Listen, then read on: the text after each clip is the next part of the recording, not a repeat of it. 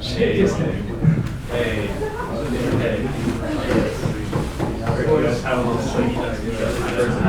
Yeah. We sent it as a PDF.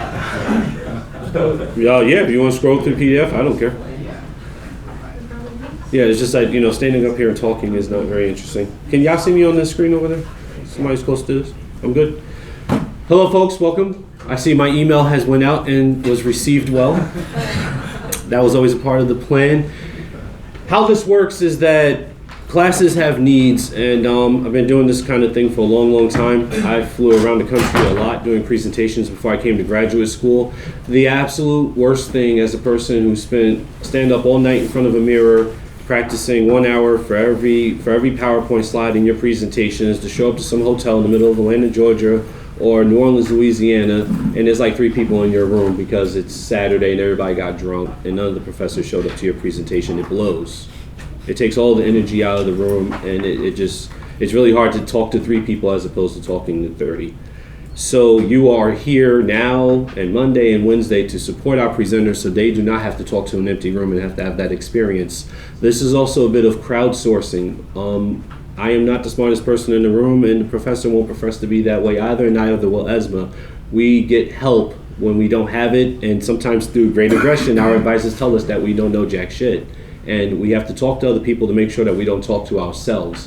I need you to help our presenters in order so they can get forward with their ideas to make sure that they're connecting in the ways that they are supposed to. So this is why you're earning the extra credit for being here. To that end, there will be no memos for the final. This is your extra credit opportunity now and on Wednesday and on the following Monday. But not next Wednesday, because next Wednesday is week 10. It is our last class, and last class will be a review session for the final. If you are doing term papers for myself or Esma, you do not have to make an appearance on Wednesday's class. There will be nothing there for you anyway, so please stay home and finish your papers and turn them in on time. Again, to break this down, you sit here, I'll take out a paper attendance at the end of class. You get 3 points for having been here. Total earned is 9 points. If you got an A on the midterm, those points for the memos you did, in addition to these 9 points, will get carried forward to the final. If you sucked it on the midterm, in my experience, I have found that students do much better on the final than they did on the midterm. So I will take these 9 points and move them backwards to your midterm. That's 14 points of extra credit total possible earned, and 9 of them you can earn just by sitting here. Can this be any more fair or no? Am I good? All right, are we good? All right, that's it. 14 points maximum credit, that's a grade and a half point. If you bid it on the midterm, this is it. There's nothing more to offer, nothing more to do, and it's too late to do much more anyway. Esma, you got anything for me? We good, right? Okay, that's the clarification, that's the deal. So you're here, Y'all get your credit after. Go. So there's no more 2 memos for the final that are due the last Wednesday? Right. Okay. Yeah, we're done. This is it. You sit here, you get. What else do I have to say? Yeah, that's it. We might have to make some adjustments on the format of the final because this class is going by differently than last time's past. Esma and I will have to bump heads on that, and you'll know well in advance. So sometime before the Wednesday of week 10, we'll figure out what the test will look like. But we're going to talk about that in detail. That should not it won't make your life harder. It should make your life easier because we sit here in this class and I keep notes and I know what I taught last year compared to what I taught this year. And this class went different because Trump messed up everything. So I'm appreciative of that, and we're going to work that out. And I see the professor is tumbling in, which is right on time. So perfect. Right on time. Yes. Can you just remind us for the paper that's due a week from Wednesday, what time? Is it by the start of class or when? Call it, it'll be 4 p.m. That's when the final is given out to everybody. That's St. Patty's Day. Okay. So doing it, you're the only person in my class doing the paper. You owe me stuff. So St. Patrick's Day is a deadline. Either you're taking the final for us or you're turning in the paper for us. I see 2 of the 3 scheduled presenters are here, Professor. I'm missing one. We got the Trump folks. Yeah, the trio, but that's like one presentation, so we're good to go. And Connor is going to come join me. They're 3 registered students, so they ought to have, I'd say, a fair amount of time. Oh, yeah. Well, Connor is going to lead us off in this great. end, and we're going to go from there. Great. All we did was talk about stuff going on for extra credit in the final. So I was trying to delay to make sure that you were here for the presentations because these should be very good. I'm actually looking forward to this. Good turnout. Yes. Lots of good ideas and discussion today. Thanks to the presenters. We're eager to hear your thoughts.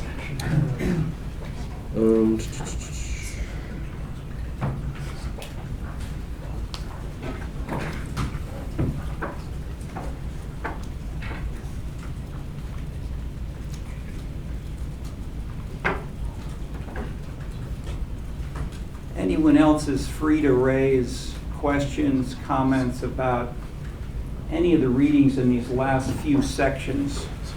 There are lots of things we haven't talked about, so anybody else is always and this session, next couple of sessions, more discussion. I don't have a lot of lecture. I mean, I can always lecture, but I'd rather discuss and comment with you. So think about that for the agenda for the remaining sessions, please. Then we'll have a review session on the last class, which is more of the same, basically.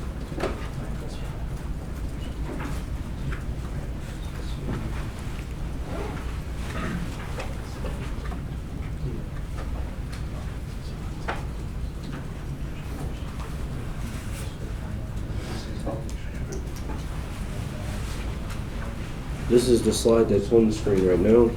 That's the next slide. Cool. So you need to get your thoughts together, or I want to just give you some heads up. That's what's on this side. Arrow.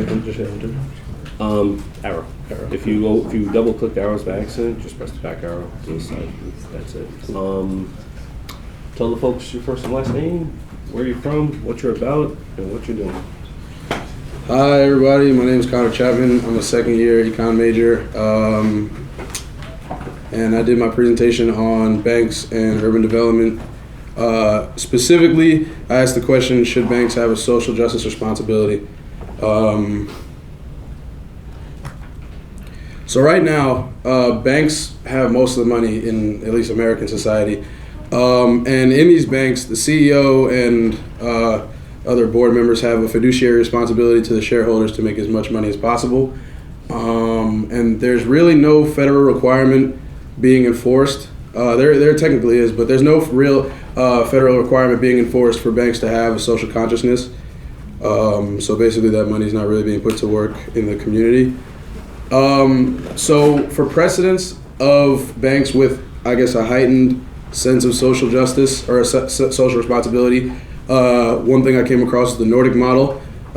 Places like, I think, Sweden, a lot of the places that Bernie talked about, where it's not really so much democratic socialism, because that's kind of like one of the first things I searched, but it's more of like a combination of capitalism and social benefits that I guess essentially everybody in these Nordic countries kind of agreed that they would themselves and their family members and friends to be able to have access to social benefits, especially when they're having hardships. So it works a little better over there, and it basically reduces the income gap by redistributive taxing, and it's a pretty like egalitarian system, and it definitely. Sorry, small question of information.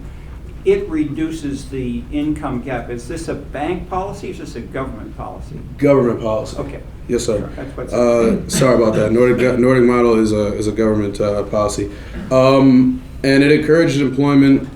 It basically encourages people to participate in the workforce. So the particular issues facing the United States and why it's not so easy to just switch to the Nordic model are the fact that businesses have the responsibility to make as much money as possible. So, I mean, for CEOs, they're focused on keeping their job and feeding their family, which means that they have to go out and make as much money as possible. So I guess from that standpoint, it's pretty understandable that they don't have a social conscience, but at the same time, that's not really a good excuse. And they also have legislation that's trying to force banks to invest in the community, but it's often met with resistance, usually from the banks, with litigation and things like that. And then on top of that, the laws aren't really that strictly enforced.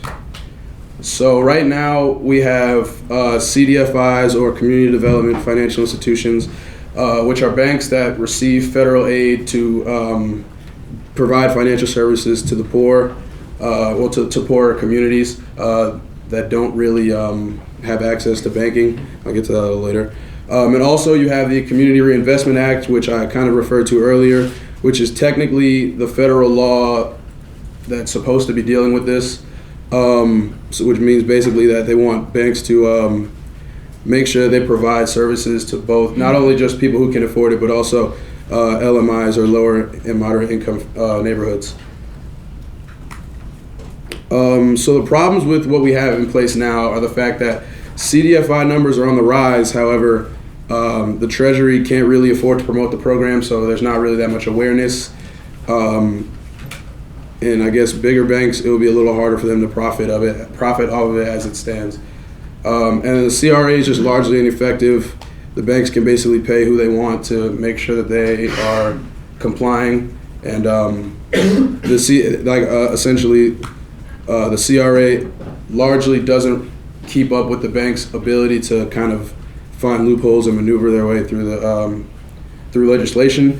And in a survey of the Chicago area, actually, it was found that lower income areas still have reduced access to loans and other financial services, which is what the CRA was supposed to be targeted at. Also, regulators, like I said, haven't been able to keep up with banks and their innovative ways of dodging the laws. And there's also not really a single agency that's responsible for any of this. The FDIC, the Fed, and the comptroller are all involved, but none of them enforce any lending quotas for these banks to make sure that they're actually doing what they're supposed to be doing. And so the biggest problem I came across was this issue of payday lending, which essentially is a poor family's only reasonable or realistic avenue to access loans. But these places also charge they're essentially supposed to be short-term loans with extremely high interest rates, and essentially for poor folks who don't really have anything in the bank already, it gets to the point where they need to start taking out loans to pay back these loans, and they keep incurring the interest rates. Actually, Wall Street has been providing money to the payday loaning industry, which I'll have a little more on later. But essentially, also the executives at Wall Street banks, you can find them on several of the bigger payday lenders' boards. So essentially, banks are already putting their money into these poor neighborhoods in one way or another, but instead of giving them directly to the people who need them, they're giving it to predatory intermediaries who basically like I said, I'll get to that later, but essentially they take money that they acquired for a low interest rate and then they kind of dump it off on the poor people for a higher interest rate. And this is kind of perpetuating the poverty in these areas. The Center for Responsible Lending did a study that found that nearly half of borrowers in North Dakota defaulted within their first 2 years of borrowing, and this was largely attributable to borrowers that took out several payday loans. And of that 46% that defaulted on their loans within the first 2 years of borrowing, half of them defaulted on loans within the first two. But something isn't adding up. The math just doesn't really work. After the crisis, 93% of bank closures happened in these lower and median income neighborhoods, but the payday lenders stayed. So now essentially the only place people can get financial services are at these payday lenders. Banks are financing the payday lenders, but move themselves out of the neighborhood. I'm sorry, not LMIs. But the LMIs are essentially the middleman, and the bank is essentially financing them to exist. And since so many people default, a lot of this money essentially disappears. I mean, there's usually the payday lenders will sue if you default, but I mean, if there's no money for you to sue for, it's not really going to work out. So banks did away with the free checking accounts that I guess were keeping them in these poor neighborhoods, which I guess is why they closed, due to the Dodd-Frank law. And because of this, checking accounts are starting to cost too much money for banks to keep up with, I guess, people who can't pay more in fees. That's why the fees are going up, and it's generally attributed to overhead costs, like cost of employment and things like that. In 2011, the average checking account cost banks $349, while it made them $268. So essentially, they're in the red 81 every time someone opens a checking account, which essentially it means that they would have to essentially put additional funds on each checking account to break even. So instead, the banks spend billions on payday lending, and then they try to make the money back on the overdraft fees and the high interest rates. And often the borrowers can't afford to pay and they have to default. So essentially, banks are financing the payday lending industry, but they could really just be giving that money directly to the people. So like I said, it doesn't really make sense. Banks indirectly finance about 450,000 payday loans a year, which is about $16.4 billion. And also, so these banks are receiving they received bailout funds during the financial crisis, but since the financial crisis, they've been able to receive credit from the Fed at about like a 0.5% interest rate, which means essentially free money.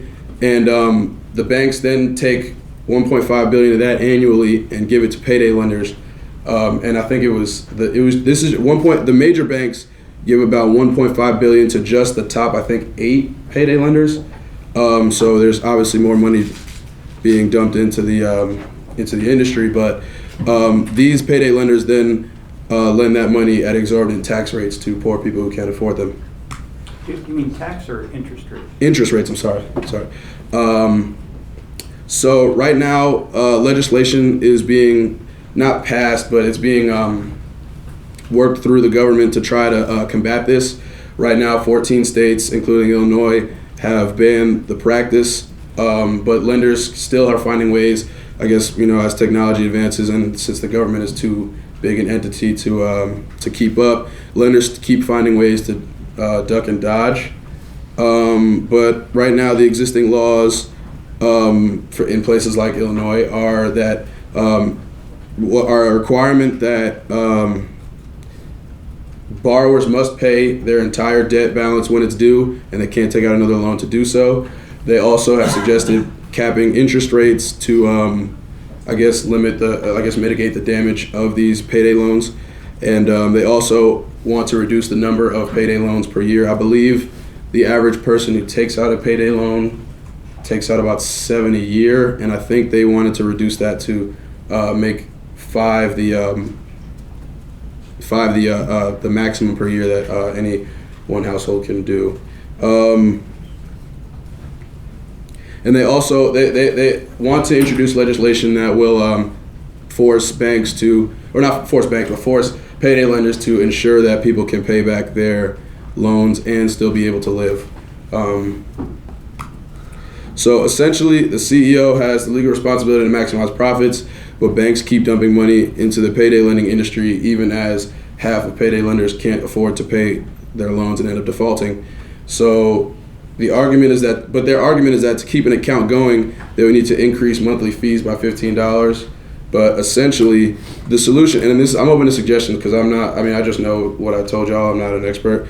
But essentially, the solution that I thought of was that banks spend billions to keep the payday industry afloat, even as the federal government is actively hunting it down. And over time, that's just something that the industry won't win. The government will win that every time. So instead, I think that banks could help the federal government invest in the community development financial institutions, or the CDFIs, which are geared towards providing financial resources for impoverished people. And because of their size, because of their average size. They're a lot smaller and a lot more able to deal with people who need free checking accounts. It's a lot less of a drag, and they have a lot less overhead fees to worry about. So I think that since banks don't incur the cost of opening these checking accounts, and since payday lenders are actively destroying our impoverished communities, the most plausible and most possible situation I can think of would be to invest in CDFIs instead of the payday lending industry. That's all I've got. Oh, explain the CDFI. Explain CDFI. Okay, so essentially CDFI is a smaller bank that provides financial services to poor people. So like, it's not going to be like a JP Morgan. I mean, I don't know how big is Fifth Third? Is that like a, would that? That's one of the top 10 banks. Okay, so- Your equivalent model is Urban Partnership Bank. Study Professor Clark knows a gentleman who founded the predecessor. He came into the last class. Okay, now y'all can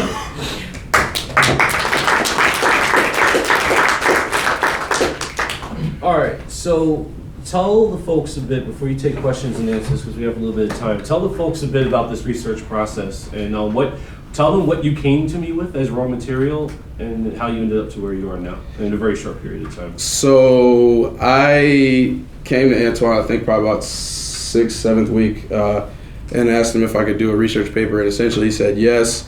So then last week I came to him with what I thought was a pretty good outline. Or actually, no, it kind of got deleted, but I still knew where I wanted to go with it. He kind of shot it down a little bit, poked a lot of holes in it. But essentially, what my approach was that I wanted to suggest like a kind of idealistic, like, oh, if everything's perfect, like in a perfect world, this solution should work. But what he told me was that in order to make a more convincing argument, I instead had to prove why banks would be stupid not to do social work, if that makes sense. So essentially I had to prove the argument from the other way around by proving that the opposite of what I'm suggesting isn't, well, I mean, first of all, it's the case, and second, it's running impoverished families into the ground. So basically he told me to prove that CEOs have to start upping their social financial responsibility because it is technically mandated by the government because they need to make sure they make as much money as possible. Questions? Great presentation, Thank you. and I like that you kind of follow the basic principle of the argument of human capital, where investing in abilities and expanding capital and resource ownership and capture, then you're able to expand benefits, in this case for shareholders, and the legal obligation to maximize profit. I just wanted to say that there's some interesting pilot work being done around a strategy called Learn Where You Earn, which is basically like workforce savings and financial literacy education that's conducted specifically at an individual's workplace, sometimes by their employers, and sometimes there's a savings pilot where it is an alternative to going to a large financial institution or a predatory institution like Cash Advance America or any of the numbers of payday lending places. Then you're able to run savings pilots, saving money with your employer, and then also receiving education at this place that you're comfortable going to. Just because the practice of expanding and altering financial habits is so difficult because it's psychological and educational, and the main determinant for financial literacy and financial habits are inherited by your parents unless you're able to intervene at a really young age.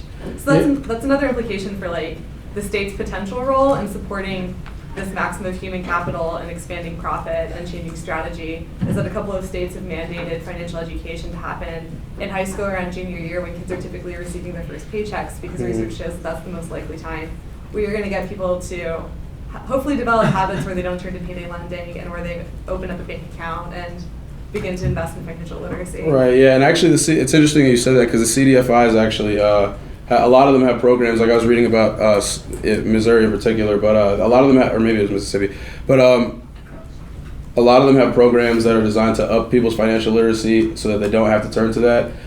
And actually it's being, I mean, like you said, like I think you mentioned it, but the government's actually funding it too. So yeah, that's something I found really interesting. But only problem I had with it was that it wasn't as widespread. You know what I mean? Like it's kind of hard because I mean, you would have to have people in the area who are, I guess, kind of dedicated to it, and you're not always going to have that. You know what I mean? So for me, it was about finding a widespread solution that, like, I guess basically give no bank a way out. You know what I mean? Like, they all have to contribute, and then I guess it'll also like lighten the burden on the rest of the banks that have to contribute, if that makes sense. Right. Do me a favor. Read Chase's question out loud and then answer it. You can use the computer as well. You don't have to turn it in. Do you think that focusing on increasing awareness of free tools such as Credit Karma could help with the ability of lower income communities to increase credit scores and loan approval rates? Actually, You can tell folks what Credit Karma is do you know what it is? I mean, I have an idea. It's like a free credit. It's like Yeah, what Credit Karma does, it's a private company that gives out free quote-unquote credit reports and then tries to sell added value services. A lot of people who are in financial trouble don't realize that under the Dodd-Frank legislation, everyone's entitled to one free credit report from all 3 of the American credit bureaus. For those who don't know, 3 private companies in the United States basically write your credit report: Experian, TransUnion, and Equifax. The federal government guarantees every American one credit report a year from each agency at a specific website called annualcreditreport.com. Companies like Credit Karma have tried to emulate that and copy it in order to sell added value services so consumers can buy access to information that they should have for free right now. So there's that. right. So I think with that in mind,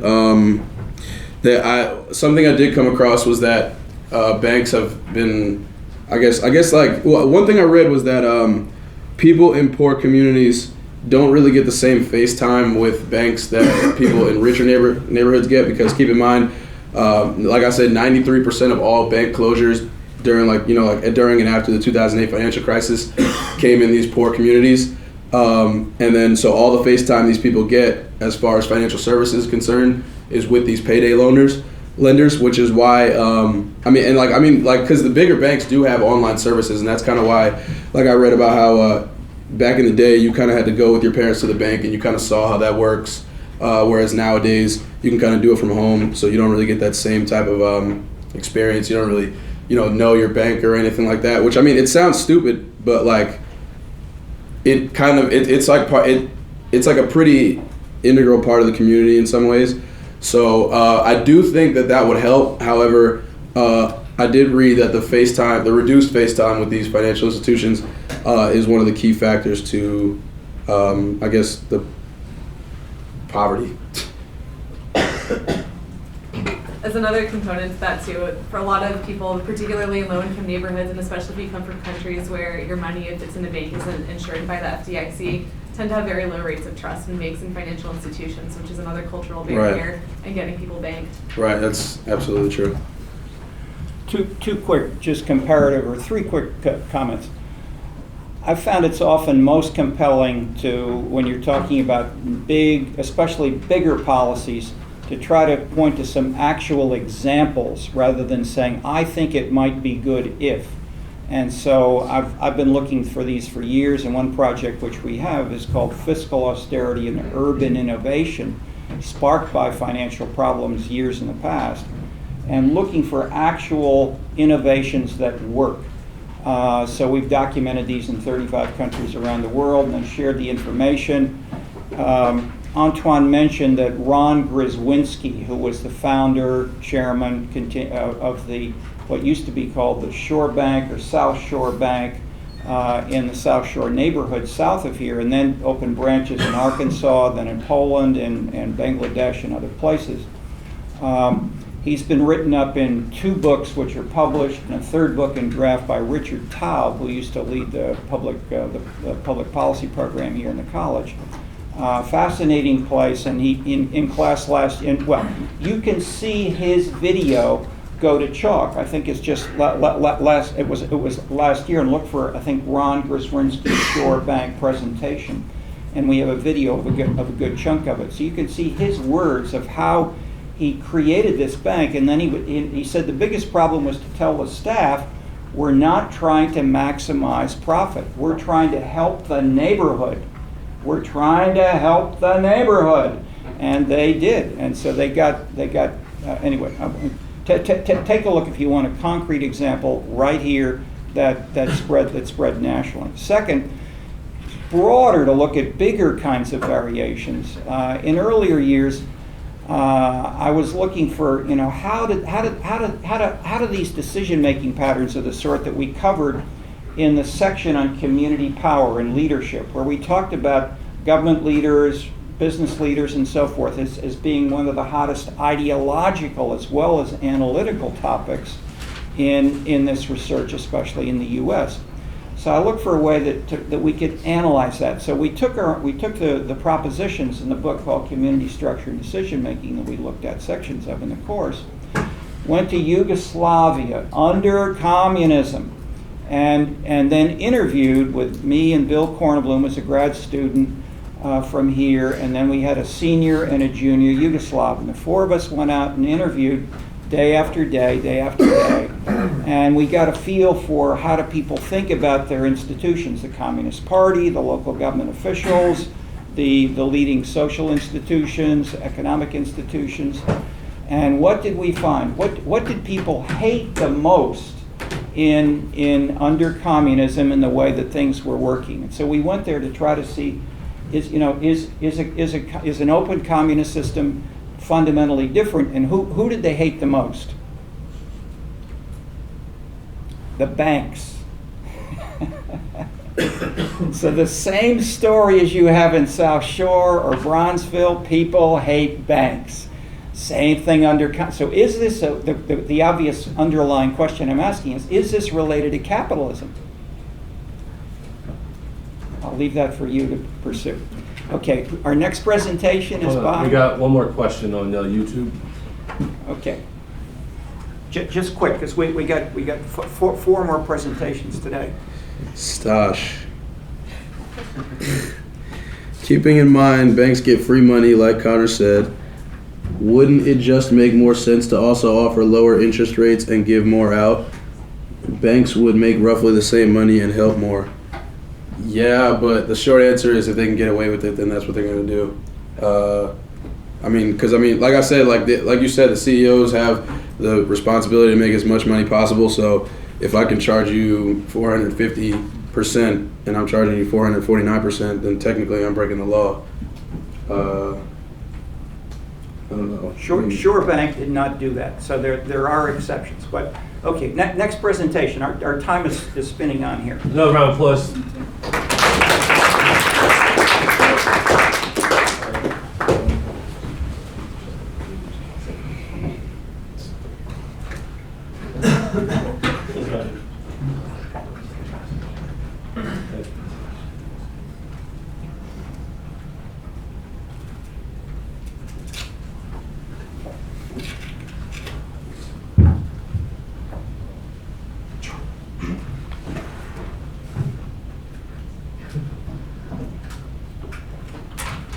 Who's our presenter, Antoine? Can they? It's Kelton and Company, and this guy, you. Yes. Which? Mr. Porter. So- These guys are last. They're gonna finish us off, but he's up next. Do they have to be like a Yeah, PowerPoint presentation or? Yeah, email me. Can you get started without the PowerPoint? That is, it's just not rolling yet. But we got to move along. That's what I'm saying. Yes, I don't have a PowerPoint anyway, but All right, that's fine. Well, come on.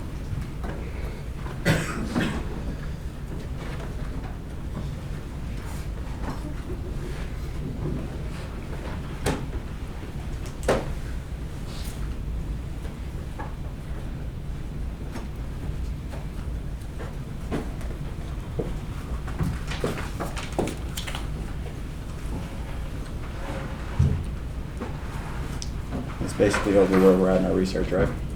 Well, where you're at in your research. So tell these people who you are, what you're about, and what you're doing. So my name is Onaj. I decided to do my research, expository research over the idea of, it was from basically the article that was given in class. The question that was posed, are artists to blame for gentrification? So that is a loaded topic. So my main objective is to stay objective as best as I can throughout the research process. My first goal is just to get my head wrapped around the idea of gentrification and to be able to define it. past generic terms or whatever. Secondly, I want to focus on how does it happen. And throughout the research that I've conducted thus far, it's basically trying to define the causality of it and doing a lot of research around the question, how do the existing populations and the incoming populations, how are they able to like cohabitate, and what are the issues around that? I think that's where most of the information lies in the current research. So that's where I am in my research. I also have found that a lot of the information lies in the qualitative draws towards urban cities or districts. As far as the artists as agents taking advantage of the convenience, the diversity, the vitality, which is the energy and the inspiration. Also the economic opportunity that's there with the cheap housing and the lower rents. And a lot of that comes before the economic after effects of gentrification. So I started late in my research. So I am just tasked with doing the expository research paper. That's where I am in my research. All right, so what was your primary directive when you came to me with this thing, that artist quest gentrification? That was the bullet point sentence that you delivered. What was your prime directive? And explain that to the class. What is it that you're supposed to have been doing for me? So at this point, what I'm supposed to be doing for you is just diving into peer-reviewed journals. Tell them why. What is the important thing that we discussed as it relates to the term gentrification?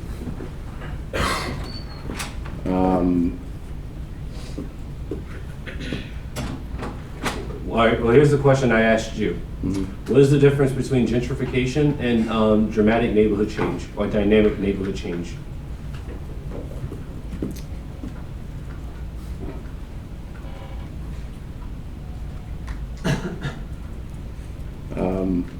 I'm not sure I have the correct answer to that, so. It's not about having a correct answer, it's about having a good argument. And these people are gonna help you. Can somebody help Mr. Porter, because this is where his project needs to take off if it's going to be done successfully. What is the difference between gentrification and dramatic neighborhood change? Let's go. With gentrification, although everything nearby, the prices get more expensive, the rent gets more expensive. So people in the lower income bracket get pushed out based on the new price. Well, what if they're white people and they get pushed out by more white people? Is it still gentrification? Yeah. Why? What does that really mean? I'm just describing it in the the definition that I know. Where does this definition come from? I don't know, I read it somewhere. There really is. I feel like there's really no concrete definition for gentrification. That's why a lot of the definitions out there are more general in nature, like the one that he just explained. Yeah. I think like the general definition for gentrification is removing from a neighborhood that's a little more socioeconomically lower class to socioeconomically like upper class, and sometimes that comes with like a migration of African Americans getting pushed out and white people and other minorities coming in, just because it's like it just gets more expensive to live there. And also, it like implies like things like socially, like it's nicer, it's bougier, like things are hipper or more trendy. 5-second timeout. Bougier. But define that for us. Bougie. Yeah, we're gonna go law school with this for the few minutes that I have devoted to Mr. Porter. Bougie, go for it. It just means that you prefer things that are stereotypically more aligned with this upper class socioeconomic bracket. Why that term though? Bougie. I guess maybe I'm bougie. Why not just class attainment? I got a little bit more money in my pocket and I want to dress nicer and I want a nicer car and I want to look at art. Why is that bougie? It's kind of insulting, isn't it? Like, It is a pejorative, that's the word, the proper word for it. Well, why? But that's what came into your mind. Well, keep going. I was just gonna add, like, it's not just like upper class sort of thing. It's generally like a little bit more flashy than would be necessary, I guess. Like, that's Flashy then would be necessary. How do you define necessary? Oh, What is the necessary amount of flash?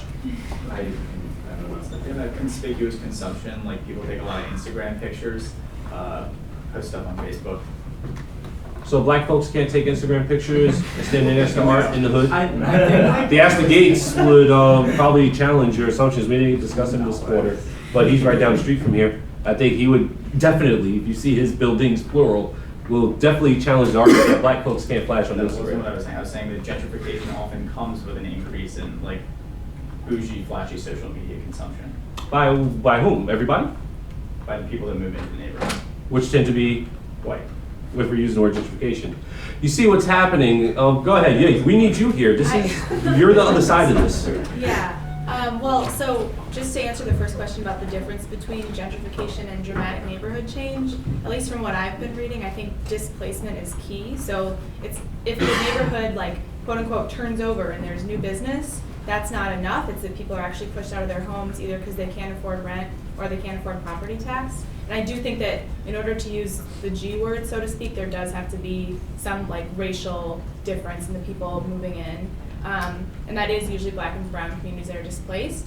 But there are also people talking now about super gentrification, where like first wave gentrifiers are no longer able to afford these neighborhoods that they've helped in transforming. And so now what was one time like artisan markets and maybe in that kind of category of bougie, they'll be transformed to further like more corporate like Lululemon type stores. So there's like different waves of this process. Anybody else want to dive in this pool? Water's hot, isn't it?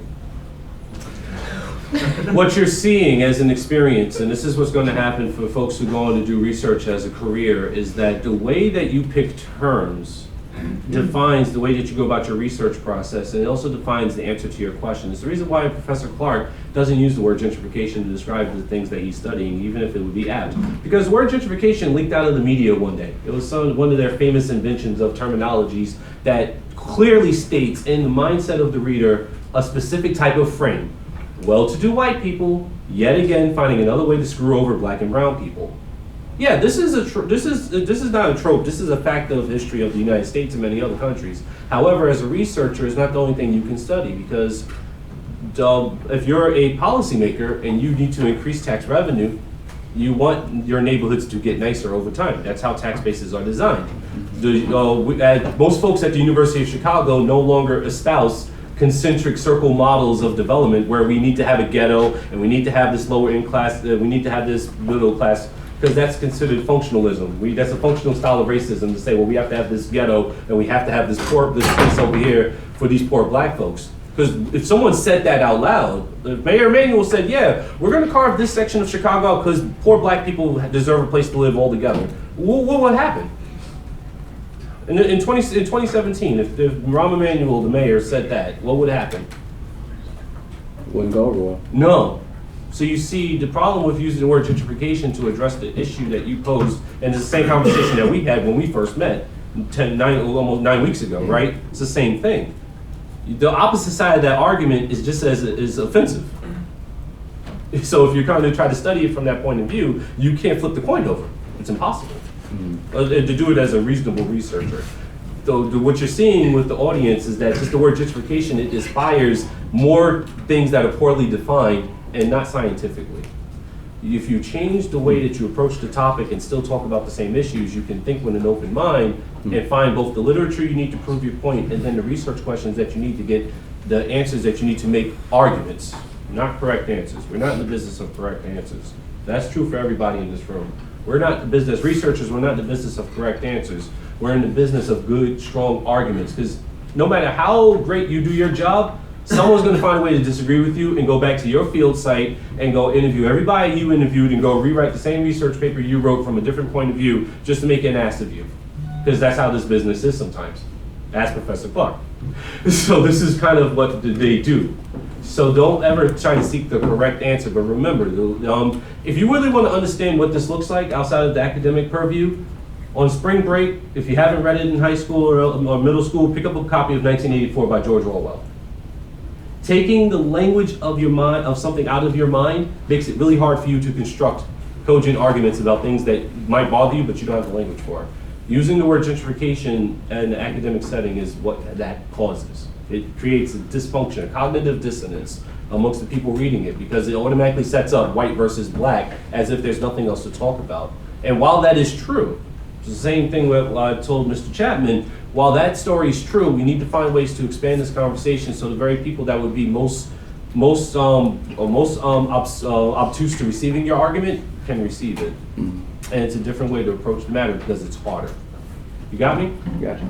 That's your mission, to finish the work going forward. And we'll talk more about that later on in office hours. But give him a round of applause, because this wasn't easy. Now, where's Professor Clark's crew at?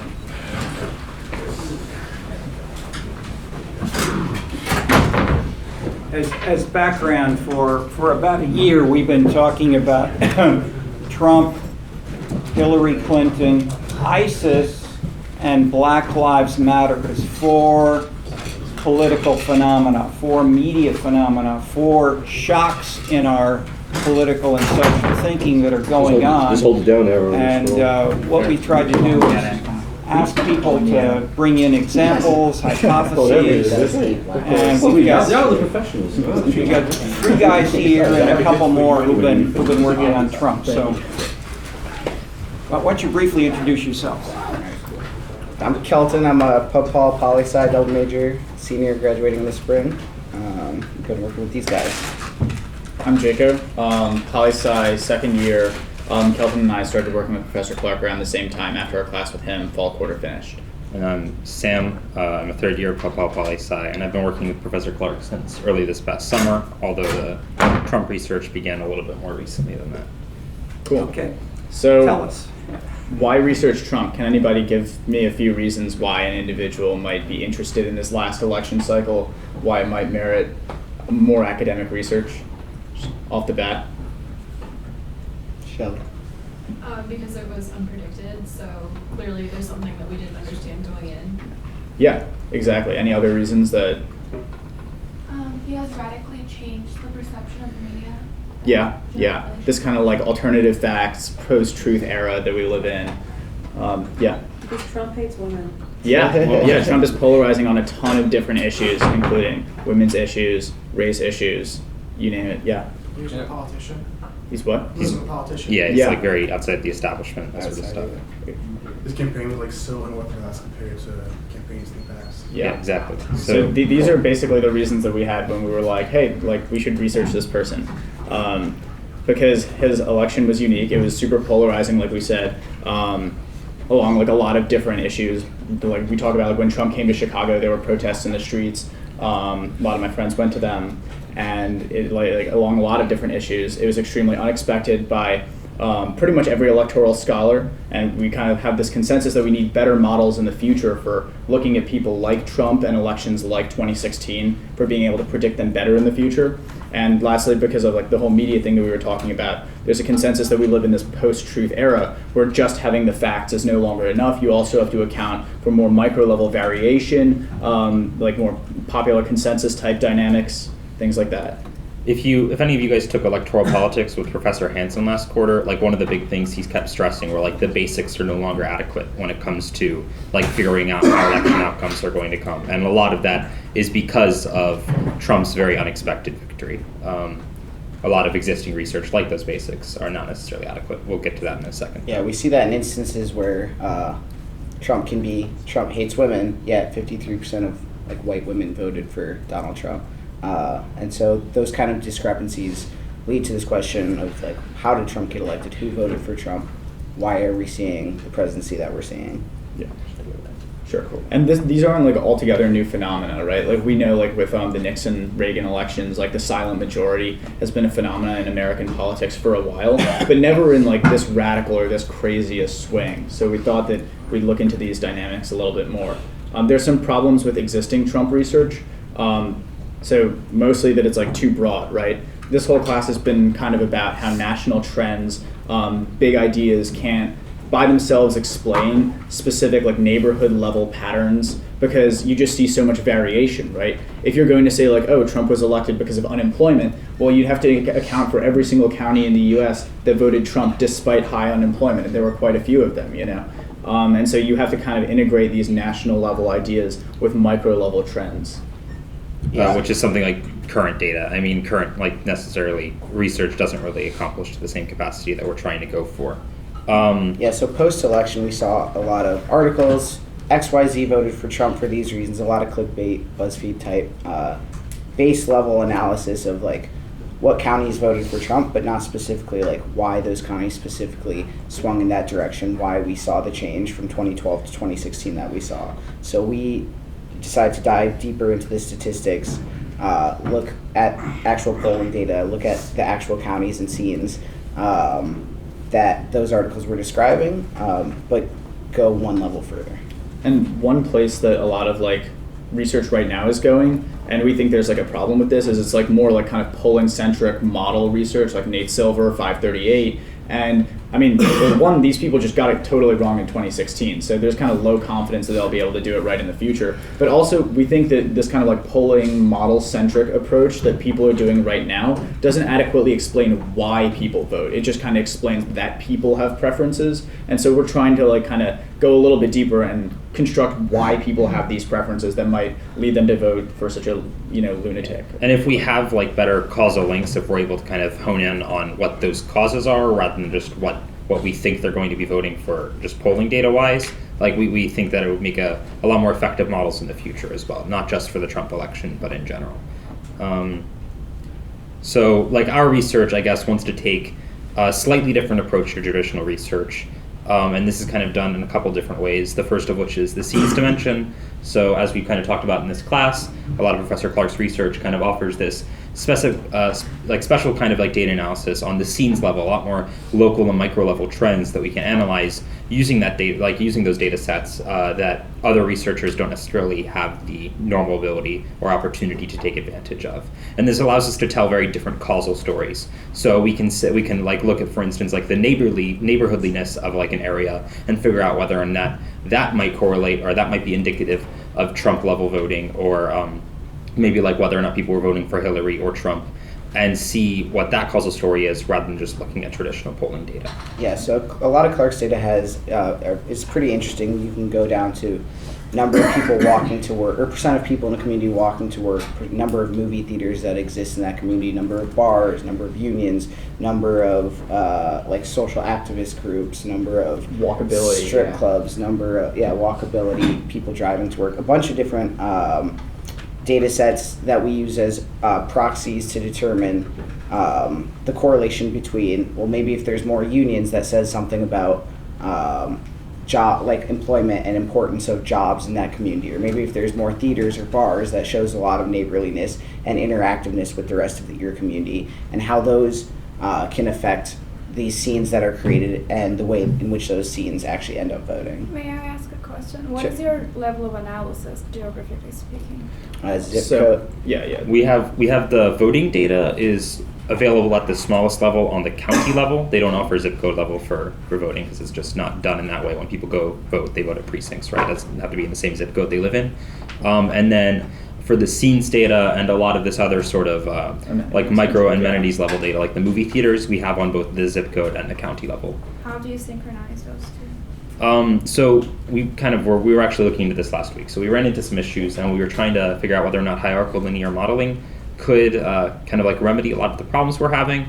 It's also possible that we'll just have to move a lot of the stuff up to the county level because it's hard to move it down to the scene level. And although that might lose some of the kind of micro level nuance between zip codes, it allows us to kind of look at bigger trends at a smaller level than other people are looking at. So it's still kind of unique on our end. Yeah.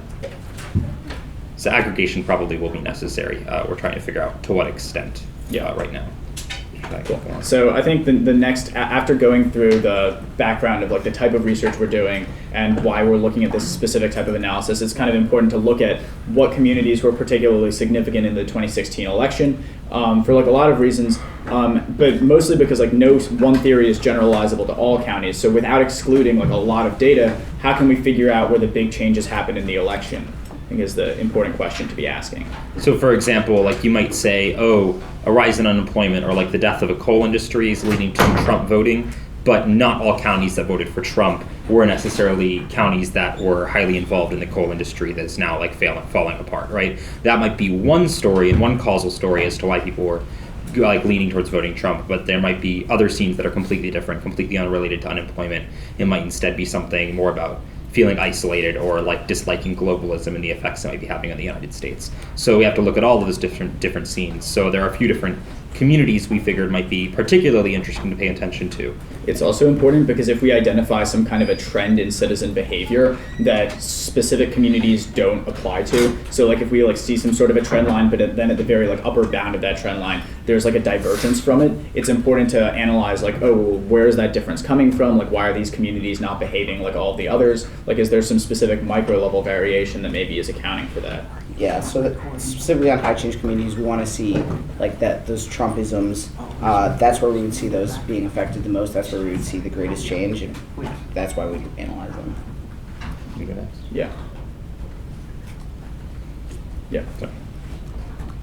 So in terms of like the importance of like those high change communities, at least in 2016, communities that saw dramatic shifts were largely responsible for the outcomes that we saw, like, you know, Trump being elected. So we thought it made more sense to put particular emphasis on why these communities might depart from a more national trend of voting. Right. Yeah. Do you want to say the NPR thing? So NPR specifically noted like how high change communities represent a small fraction of the national population, but a large share of the swing states, meaning that's where these political resources are concentrated. That's where Trump is putting in effort with the voters, really emphasizing his Trumpisms and his policies. And if these are the counties that are like particularly like politically salient, the ones that are going to have a definite impact on the election, they're definitely worth analyzing, right? Because if they're actually the ones ending up deciding the presidency, we should probably figure out why they're voting the way they are. And that's kind of what we're aiming to do, I guess. We would also see these high change communities being the one that future politicians also concentrate their work in. So it'll be we also think because like all of us are kind of interested in like policy making, like public policy, that kind of thing. High change communities are especially important because it seems intuitive, at least from like a beginning of research standpoint, that these are communities which in particular saw some kind of a dramatic change, shift, or other sort of difference in like their structure over the past 4 years under like the Obama presidency, because like it makes intuitive sense that such communities would likely vote Trump as opposed to Democrat in the 2016 election after having voted Obama in 2012. Cool. Are there any questions, by the way? Until this point, no. All right, cool. Yeah. So this is just a map of the electoral votes from 2012 per county level. The more red, the higher percentage voted Republican. The more blue, higher percentage voted Democrat. You see like a lot of blue in this kind of swath towards the south and also in the Midwest. You see like Iowa, northern Minnesota. So if we look at the 2016 map, we see a lot more red, and we see that a lot of these communities have swung in favor of Trump and the Republicans. And so that leads us. Yeah, and again, like there's a lot of like community variation, right? It's not like whole states a lot of the time switch from red to blue. It's like these very specific counties, voted more Republican. So if you look on this map, right, we see the gray areas are areas that previously voted Republican a certain amount, and they voted more than that amount in the most recent election, right? So for some reason, Trump had some unique appeal to them, or maybe they were uniquely anti-Hillary in some capacity. But the red states are particularly notable, and that's an example of one of the high change communities we were talking about earlier, because those are areas that not only voted more Republican this time, but distinctly flipped from voting Obama in 2012 to voting Trump in 2016, which I don't know if it's worth explaining, but like obviously very significant change in general outlook, like general way that they might be voting, and trends in those areas is like it's pretty indicative of some significant occurrence in those areas. And that's not to say that we're random either, because there are certain they're clustered in certain areas, and we can use this kind of model to start to draw distinctions on a local level. And going back to like those high change communities we talked about, that's not to say that we're specifically only looking at those communities, because what this map doesn't represent is the counties that were 55% Republican in 2012 and swung to 90% Republican in 2016. So we still do analyze them, but I think this is a good visual representation of those communities and those clusters. So then we want to kind of analyze how do we specifically focus on these high change communities. we want to make a point in saying that like we're not only looking at these communities, right? Because we don't want to lose a lot of the data. We're still going to be analyzing all of the other communities around the United States that might not be identified as high change, but we think the high change ones are particularly interesting because of their political salience. Because they might diverge from the trends established in like the other communities. Yeah, exactly. So one example of a high change community that we looked at were counties that flipped from voting Obama in 2012 to Trump in 2016. That's like particularly notable because they switched from voting for this like very hopeful candidate that looks to the future, that is Obama, to Trump, who was like very fear mongering and instead saying like, look back to our past. We need to go back to this kind of nostalgic view instead. We also figured we'd look at counties that increased their Republican vote share by 1 standard deviation over the last election cycle. The logic behind there is that there's probably some like Republican latent voting base that like traditional Republican candidates weren't clicking with enough. Like Romney obviously wasn't activating these people in the way that Trump has been, and so we chose like to look at a standard deviation increase in like relative share. Which equated to about 6 percentage points of Trump voting. And there was actually six percentage points of Republican voting. And that is interesting because there was actually a very significant number of these counties did increase by that much or more. So it was just kind of notable. Other counties that might be high change are counties that increased Republican vote share and swung from blue to red. These shows counties that might be very electorally impactful, like in states maybe that were swing states, and et cetera. Yeah, I think another important point that we didn't want to miss out is the 5th point, is that we want to look at countries that actually decrease their Republican vote share by 1 standard deviation, because when we do try to explain these Trump scenes, we also have to understand like what is not a Trump scene, how those communities reflect, like how the knowledge we have on those communities reflect on the knowledge that we're trying to gain about what actually constitutes a Trump scene, what actually makes these counties swing in favor of Republicans. And then lastly, but not leastly, we wanted to look at counties that flipped from Democrat in 2004 to Republican in 2016, because a lot of the discussion that we had with like people involved in like elections and stuff was like, oh yeah, no, but voting Democrat was like a phenomenon unique to Obama. You know, it was like the Obama effect. He really galvanized the youth, minority vote, turnout, stuff like that went up dramatically. But that wasn't because of like Democrats or like specific trends like nationwide. It was because specifically of Obama. So we figured that maybe we could look at election data from 2004 and see whether or not there had been some kind of a broader shift in these communities that was not tied to the Obama effect. It's also worth acknowledging that with most of these high change communities, although it's somewhat intuitive, like the statistical background kind of backing sort of helps solidify, right? So for instance, if you look at number 5, counties that decreased their Republican vote share by 1 standard deviation, like if you went in and analyzed that, the counties that occurred in are like exactly what you'd sort of expect. They might be like very high foreign-born populations, or like very high, very filled with certain groups that might have like been particularly offended or put off by Trump's speech. So for instance, like large minority populations, etc. Generally saw that, but with the statistical backing, it allows us to focus our analysis very specifically on certain counties that are politically salient and would be useful to look at. The last few high change communities we analyzed, or particularly taking note of, were counties with Republican voting that exceeded Republicans that were registered in that county. So what that means is you find people that were previously like independents, or people that were not necessarily exclusive to Republicans, but for some reason found Trump appealing. It might be telling us to what people find to be like that Trump factor, the thing that makes them like Trump as opposed to any other candidate.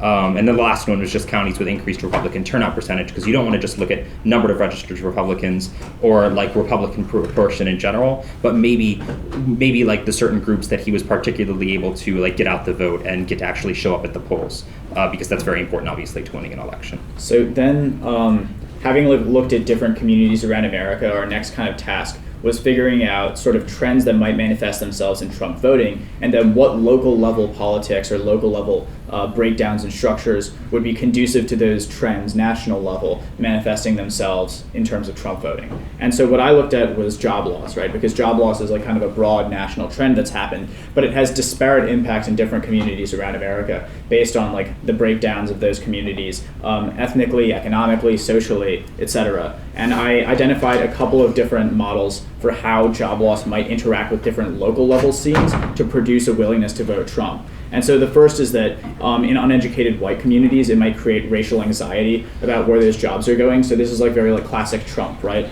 Like the Mexicans are taking our jobs are going to China. this intersection between uneducated voters and white voters might explain like the emergence of a Trump scene when occurring job losses, because like there's a certain simplicity to these arguments being presented that allows people to be mobilized along racial lines. It creates like an other that is like able to be demonized, that is allowed to like kind of rally around the flag. And I figured that a community like this might be sort of triggered into voting Trump through a bottoming out of civic organizations geared towards interdependence, lack of racial cohesion, such as and lack of volunteerism and human rights organizations, sort of this like Rust Belt idea of what a Trump scene looks like. It's been covered in like the popular media a lot. Like this is like very stereotypical Trump scene. It would be like more traditionalistic and less self-expressive, because identity politics might take over sort of individual impulses to not listen to a demagogue like Trump. Another way in which job loss might manifest itself on the local level in a Trump scene is this idea that it creates an anti-globalist sentiment. So we talk a lot in class about different communities that have different levels of willingness to endorse clientelism, right? Clientelism is this governance structure that says that as a constituent, I expect favors from the elites, right? I expect my elected officials to be like giving me things. And so we thought that when job loss sets in, we might see a reemergence of this sort of clientelistic, old school, like even like Chicago style political behavior, like you see a lot of the times with Trump. Trump says to like carry your air conditioning, I'm gonna get you your jobs back, right? He makes like very personal promises to people that appeal to this sort of old school clientelistic mentality. We thought that areas that might embrace this logic therefore have, therefore might have things like more manufacturing labor that Trump has made explicit clientelistic promises to, higher poverty, and possibly more religious backgrounding. Cool. So, second, we'll just skip over.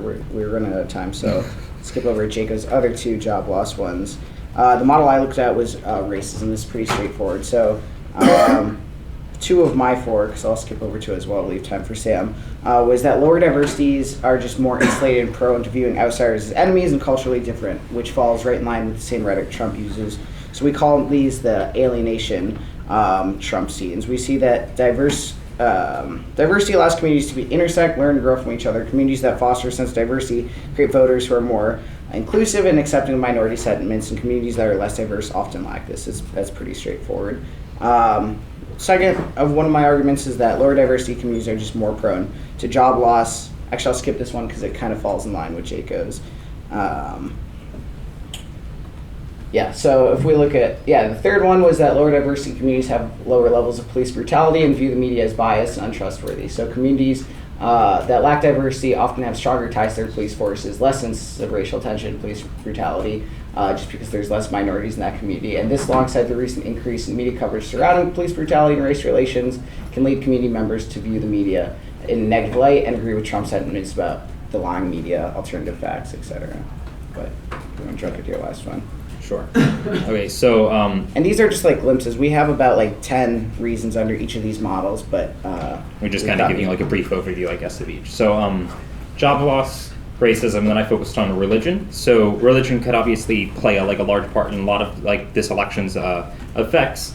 A few of the ones that I mentioned were one, the decline of organized religion has kind of encouraged individuals who are largely like rural and white individuals who live in like either Appalachia or like Midwest areas, right? They feel very isolated. They feel like they're losing what they might have previously belonged to, like those sorts of communities that might have been close-knit before are sort of falling apart. And Trump's language and Trump's like campaign strategy, which is basically calling back nostalgically to like what America once was, is very really like goes along with what these people want to hear, right? So we hear this is particularly useful and indicative inside like religious communities, right? Because a lot of those close-knit communities are communities that these people would find at church, right? Which is a very, very community-building thing in these rural like communities in the South and in the Midwest. So Trump's language really appeals to this in a lot of different ways, like the Making America Great Again thing. Professor Clark also recommended that I look into a book that actually turned out to be very helpful with thinking about this, called American Grace. It's by Campbell and Putnam. Highly recommend it. It kind of talks about how people kind of have these generational gaps and how this is like we're currently in a generational trend towards this kind of more isolationism. And Trump telling people, no, we don't want you to be isolated anymore, fixes that. What do I don't know. Antoine wants us to open it up to Q&A. Do you want me to scroll to the last slide? Sure, yeah. Okay, I'm sorry. So this one, this is like kind of one of the more statistical like outcomes we've kind of had so far, right? So we basically trying to figure out what is the Trump factor, what's unique to Trump that's getting people to vote for him. And one of the ways we analyze this was by looking at we're looking at a variable, for instance, any independent variable. Take, for example, crime rates in a certain area, right? And see how much, how indicative that was of a Romney vote versus how indicative it was of a Trump vote. If a variable is a lot more indicative of a Trump vote than it was for Romney voting, you can maybe see that this is a factor that is unique to something that Trump's appeal is in line with, right? So for instance, if you found that crime was a lot more indicative of voting for Trump than it was for voting for Romney, we would see that that's something that's unique to Trump, that's part of his unique appeal. So in this list, every single red variable, there are actually more than are showing up on the screen because of the ones on the right, is a variable that was uniquely more Trump than it was for Romney. And it was something that might be telling for what these Trump factors sort of are. So we want to do questions? Does anybody have any questions? Comments, concerns? I have one. Just thinking about the percentage of the population that actually turns out to vote in elections, did you come across anything that was saying that this has nothing to do with individuals or counties flipping, but this is just that a different subset of the population actually turned out to vote in this election? Well, it's true that this election saw a different demographic breakdown of people vote versus last election. I think the statistic where it was proportional to who voted for Obama, Hillary saw 4 million people demobilized versus mobilized. So clearly very different sample of the population was voting. But that being said, I think we kind of build that into our model of what a high change community looks like.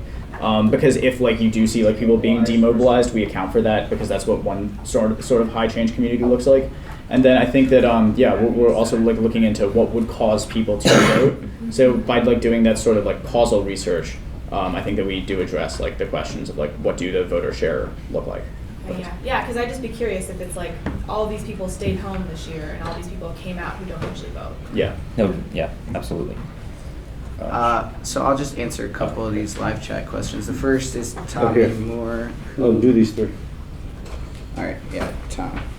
So Tom asked 2 questions. The first was, did we find there was a lot of bias in the research available because he was such a polarizing figure, or was the most apparent issue with the research that it was too general, as we mentioned? So I think a lot. I mean, I'm sure there was a significant amount of biased research, but I think our point was that there just was not enough academic research. Yeah, in terms very of polling, base level. There was that one LA Times poll that a lot of people heard about, where it was being skewed by one dude that really liked Trump.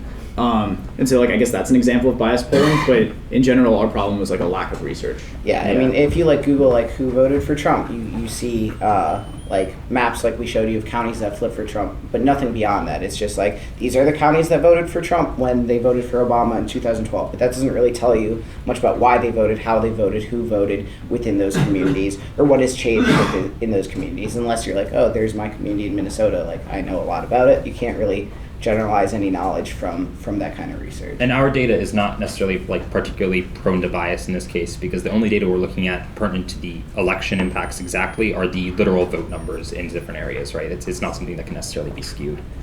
Sure. All right, so Southern communities tend to be really religious or traditionalistic, and Trump, we saw through the media, he used a lot of controversial statements or even actions. So you see media portraying Trump as this bad person. So do you guys find any research that indicated why those Southern voters or those Southern religious voters still stuck with Trump, even though he said all these things that should go against religion? Yeah, actually my question was kind of similar to that. I was going to ask if Trump he fosters this kind of mistrust for the media. So, but I mean if you pay attention to his speeches, he definitely quotes or he definitely cites media sources all the time. Yeah. So how does he reconcile that with his supporters? So with the religion facet of it, I thought it was actually interesting that one of the models I mentioned in terms of religion is the idea that I apologize if this sounds at all offensive, but religious individuals, particularly in the South, right, tend to be a lot more prone to be submitting to some sort of authority figure. They're used to doing it in a church setting. In that sense, right, they're very willing to accept this sort of clientelistic relationship that Trump is saying that he'll offer them. And because of that, right, they might be more prone to accepting Trump's talk, as well as like religious groups. Even if he did not seem particularly religious and he said all these bad things in the past, religious groups still endorsed him as the Christian candidate. He kept saying like, I changed. And even if he did not appear as a Christian candidate, most of these religious groups at the same time framed Hillary as particularly anti-religion. So they would still accept him as the lesser of the two evils. As for the, did you want to just say the question? Well, I was going to say, like, that's a really good point as to why, like, I think this specific research is important, because clearly, like, not every community, like, in America believes Trump when he says, like, Fox is good and, like, New York Times is fake news. And so the trick is to figure out, like, which local scenes are willing to, like, endorse that idea that, like, you know, Trump can pick the winners and losers in the media. And so, like, for example, like in my like specialization of job loss, like I found that individuals in the manufacturing sector that had most recently lost their job and also didn't have like community amenities like bars and like bowling alleys and things like that they could turn to were more likely to like accept a strong authoritarian figure that's like able to tell them like when media sources are good and bad. Does that make sense? Yeah. And then I kind of had a question basically like about he literally verbatim tweeted all polls are fake. Yeah. All bad polls are fake. And I'm like, I just don't understand how you can actually be a human being that reads that and says, yeah. Just like on a basic level, like I don't get it. Like, to be fair, like I did my thesis a little bit on polls and political betting markets, and like the analysis about like why those polls are biased is because polls like are uniquely incentivized, like are incentivized not to be uniquely wrong, right? So if like one poll or two polls or three polls are showing Hillary, then even if these polls are showing that Donald Trump is actually more likely than people are saying he is, then they have like a perverse incentive to change like their weighing algorithms, right? Because like polls aren't just like, oh, who's like, are you going to vote for Trump? Or are you going to vote for Hillary? They ask you like a lot of questions, and then they weigh those answers of those questions to determine who you will vote for. So there is room for polls to be quite biased. And like I'm not saying Trump is right in any way, but polls kind of suck in general for a lot of reasons. I'm going to go to an online question quick. So Joey Smith said, so do you believe that the individual presidential candidate played a more important factor in these recent elections than party identification, especially in these high change communities? And I think, that's definitely something we're looking at is more, it's not, like, it would be really easy to say, like, oh, these are Trump's policies, and like this is why people voted him based on those policies. But I think a lot of things that we're finding is more these Trumpisms, right? These things about Donald Trump, these things about his personality and the things he says and the way he tweets and the way he acts, and is like biased towards media that create these scenes to vote in a specific way, right? It's not that Trump wants to build a wall; it's that Trump wants to push out immigrants and xenophobia. This was particularly notable with that last slide that we showed. It was comparing what was indicative of a Trump vote as opposed to a more traditional Republican vote, which is a Romney vote, right? Some of these factors play a lot larger part when it comes to Trump voting than other candidates in the past. Yeah, it is true that like 94% of people who voted like Romney will vote Trump. And like some guy Oppenheimer from Harvard wrote a study that says that you can explain pretty much 95% of like in all election voting variants with kind of like broad, non-candidate specific electoral trends in a country. But that 5% is like very significant, especially in elections like this where it comes down to like very minute differences in like electoral college demographic swing counties. All right, last question online, and probably our last question because clock's running out. I don't want to keep you guys too late. Is from Nate Chandler, who says, in counties where independents swung towards Trump, would it help quantify the Trump scene to look at split ballot voting? Was the racial anxiety pushing people towards Trump or all Republicans? As in, was this anti-globalist movement with job loss pushing people towards liberal and conservative candidates like a Bernie Sanders as long as they promise a return on jobs? Yeah. So I think for a certain number of the scenes that we discuss, like for the one where I talk about like anti-globalism and like clientelism, like maybe that's true, right? Like maybe it's not so much the Trump factor as it is like certain parts of the Trump factor, like being an anti-establishment candidate. People will be like, oh yeah, I'll vote for them. Which is why like a certain small amount of people said like, yeah, either Trump or Bernie is fine. But we think that like probably like most of the things that we talk about are unique to Trump. Things like preying on like xenophobia, like Sam's like religious hierarchy point, don't apply so much to Bernie Sanders than they do to Trump. I think Sam can go into that a little bit more. But at least like for like the first point that I brought up, that seems relatively unique to Trump, and that's kind of like the model that we had displayed before, where it's like change Republican. Last question here. Yeah. My question is specifically about the methodology of comparing the results of the 2012 election and the 2016 election. Sure. Certainly, like the most obvious factor that's different now is Trump, but there are like a lot of characteristics of both elections that made them fairly unique. Like Barack Obama had a lot of unique appeal to specific demographics, and Hillary Clinton had a lot of demographics who didn't like her Yeah, specifically. absolutely. Yeah. You talked about the lesser two evils effect a little bit, but how do you know which ones are specific to Trump and not so specific to like other features of the two elections? A couple of things. One, with the specifically like the anti-Hillary thing, right? Whether or not they're voting for Trump or against Hillary, we're actually looking into finding the primary data as well to figure out who was specifically in the primaries planning on voting for Trump, right? And that might tell us whether or not they're voting for Trump or just the Republican candidate in general. And we can also, for instance, go and look at what the Hillary voting levels were in the primaries as opposed to Bernie levels, and that might be a little bit indicative of that. But in regards to just in general, like how we're necessarily isolating these as Trump factors rather than just 2016 election factors. Yeah, it's because like we have like a whole bunch of like high change communities as like ways to evaluate high change communities. So like if one problem is that like Obama was so unique, we're also trying to look at like 2004 to 2016, right? And so we try to control for that by introducing as many possible ways to evaluate high change as possible. Yeah. Cool. Thanks for watching. Round of applause. Fantastic. Sign-in sheets somewhere over here. Make sure you sign in, get your money. See you on Wednesday. Gentlemen. Office hours with anybody who wants to talk. We're going to take care of the fund. I can't stay for office hours today, but wanted to preview, kind of taking up something next week for office hours or scheduling some time with you. Whatever other work you have to do for this possibility. Go in peace. Thank you. In here. Mr. Porter, come out. We're discussing municipal. Got a deal for you too. I'm done making deals.